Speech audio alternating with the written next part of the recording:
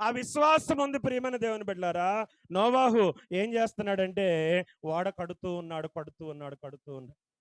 కానీ ప్రజలకు చెప్తూ ఉంటే ప్రజలందరూ నమ్మటం లేదు. ఆఖరికి జంతువులు నమ్మాయంట. ఆ పిలుపుని ఎవరు విన్నారు? జంతువులు విన్నాయి, పక్షులు విన్నాయి. ఆఖరికి నెమ్మదిగా నడిచే తాబేలు కూడా వినింది. ఎవరు విన్నారు? తాబేలు కూడా విన్నది. అందరూ విన్నారు.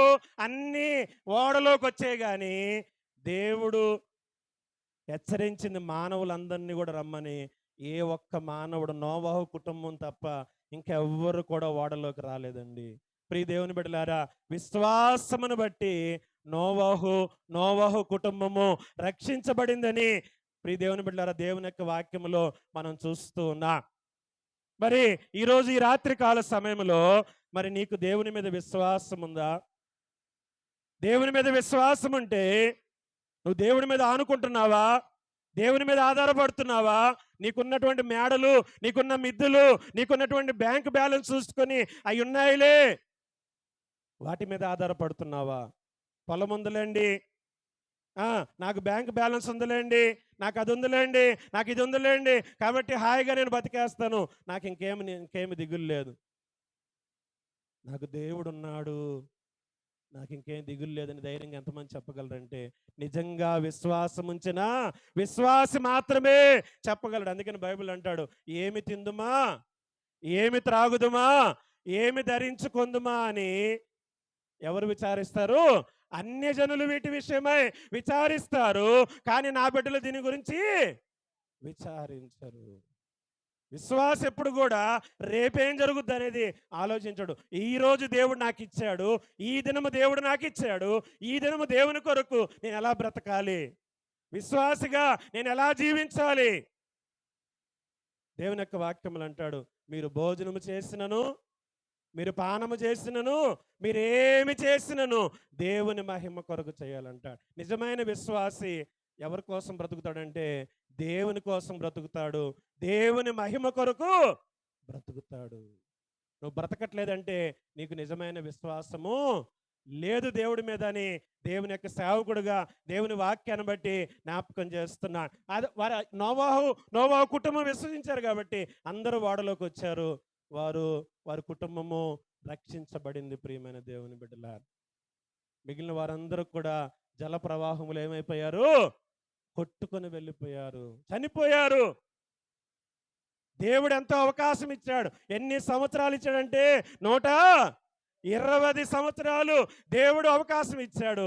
120 సంవత్సరాలు సువార్త ప్రకటిస్తున్నా కూడా ఎవరు కూడా నోవాహు మాట వినలేదు, నమ్మలేదు, దేవుణ్ణి విశ్వసించలేదు.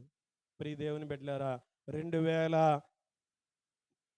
2020 సంవత్సరాలు దరిదాపుగా 2024 సంవత్సరాలు దరిదాపుగా అవుతా ఉంది. యేసు ప్రభు వచ్చి 33.5 సంవత్సరం వయసులో ఆయన మన కొరకు కల్వరి శిలువలో చనిపోయి ఆయన మృత్యుంజయుడిగా తిరిగి లేచి ఆయన వెళ్ళిపోయి ఉన్నాడు. ఆయన అంటున్నాడు, నేను త్వరగా వచ్చుచున్నాను, మీరు సిద్ధముగా ఉండండి అని దేవుడు జ్ఞాపకం చేస్తున్నాడు. ఆ రోజు వర్షం వస్తుందంటే, జలప్రవాహం వస్తుందంటే భూమి మీద ఉన్నటువంటి ఎవరు నమ్మల, నోవా కుటుంబం తప్ప. మరి ఈరోజు దేవుడు అంటున్నాడు, ఆయన రాకడ రాబోతా ఉంది. ఆయన ఎప్పుడు వస్తాడో ఎవరికి తెలియదు. నమ్మబాకండి. ఎవరైనా పలానా రోజు వస్తాడంటే నమ్మద్దు.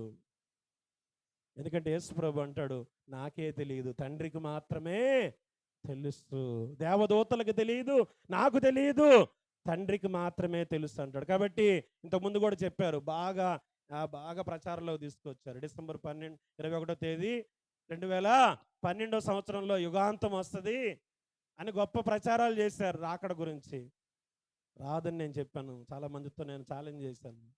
ఎందుకంటే వాళ్ళు శాస్త్రవేత్తలండి, వాళ్ళు చెప్పింది నిజమవుద్దండి అంటే ఇక్కడ దేవుడు చెప్పాడు. ఎవరు చెప్పారు? ఇక్కడ దేవుడు చెప్పాడు. ఏ మనిషికి తెలియదు, ఎప్పుడు అంతం వస్తుందో ఏ మనిషికి కూడా తెలియదని చెప్పాడు. కాబట్టి దేవుని వాక్యం మీద మనము విశ్వాసం ఉంచితే ధైర్యంగా ఈ లోకములో ఆయన నామాన్ని మహింపరుస్తూ ముందు కొనసాగుతామండి. చూడండి, బైబిల్ గ్రంథంలో ఒకరిద్దరు వ్యక్తులు మీకు జ్ఞాపకం చేసి నేను ముగించడానికి ఇష్టపడతాను. ఒక బీద విధవరాలు. లూకాసు వార్త 21వ అధ్యాయంకి వచ్చినట్లయితే అక్కడ ఒక స్త్రీ కనిపిస్తుంది.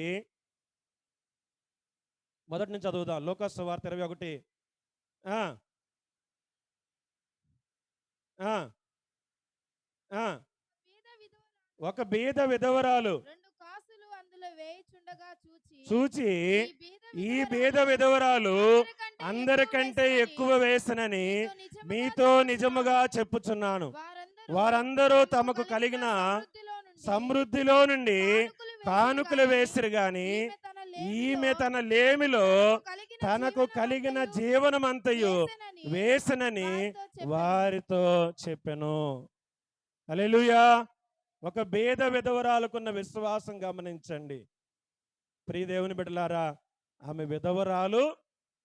ఇంకా ఏమని చెప్తున్నాడు? బీద విధవరాలు. డబ్బున్నటువంటి విధవరాలు కాదు.